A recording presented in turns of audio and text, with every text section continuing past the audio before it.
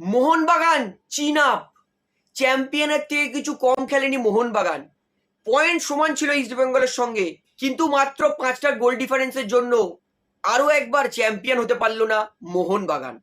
এই সিজনটা মানছি মোহনবাগানের আইএসএল এ সব থেকে খারাপ গেছে, কিন্তু ভেবে অবাক হবেন এই খারাপ সিজনেও মোহনবাগান চ্যাম্পিয়ন হতে পারেনি মাত্র 5টা গোল ডিফারেন্সের জন্য। এটাই হচ্ছে মোহনবাগান।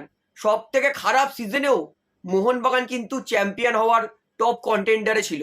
এই প্রথম এমন এক সিজন গেল যেখানে মোহনবাগান রেফারির থেকে একটাও পেনাল্টি পায়নি।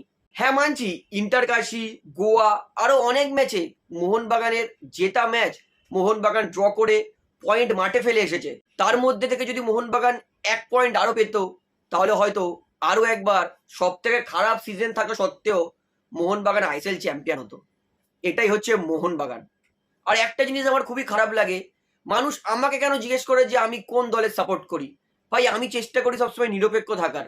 আর মোহনবাগান ম্যানেজমেন্টকে একটাই অনুরোধ করব, এই বছর কিছু হরাবল পারফর্মার যেমন রবসান রবিনো সই করে এমন বাতেলা মেরেছিল যে আমি মোহনবাগানকে চাইনি, মোহনবাগান আমাকে চেয়েছে।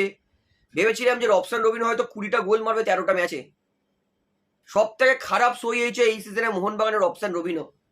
জেসন কামিংস একটুখানি খেলার পরে পুরো গা ছেড়ে দেয়।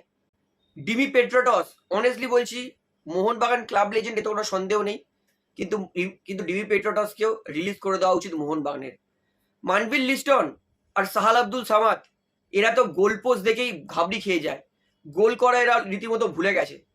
তাই মোহনবাগান দলকে আরও একবার যদি আইএসএল এর রুল করতে হয়, যেমন লাস্ট সিজন মোহনবাগান একতরফা 9 পয়েন্ট নিয়ে মনে হয় আইএসএল চ্যাম্পিয়ন হয়েছে, 9 না 8 পয়েন্ট নিয়ে, সেরকম যদি ডমিনেট করতে হয় তাহলে মোহনবাগানকে কিন্তু দলে হিউজ পরিবর্তন করতে হবে। তো মোহনবাগান ফ্যান্স আর মোহনবাগান ক্লাবের উদ্দেশ্যে একটাই কথা বলছি, 13 ম্যাচে 26 পয়েন্ট, মাত্র 5 গোল ডিফারেন্সের জন্য আরও একবার চ্যাম্পিয়ন হতে পারিনি।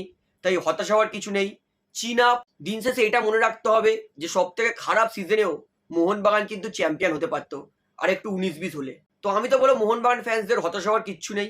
ইস্ট বেঙ্গল 22 বছর পর চ্যাম্পিয়ন হয়েছে, খুশি হও, কারণ 22টা বছর যতই মোহনবাগানের রাইভেল ক্লাব হোক, কিন্তু এত বছরের অপেক্ষা, খুশি তো হতেই হবে।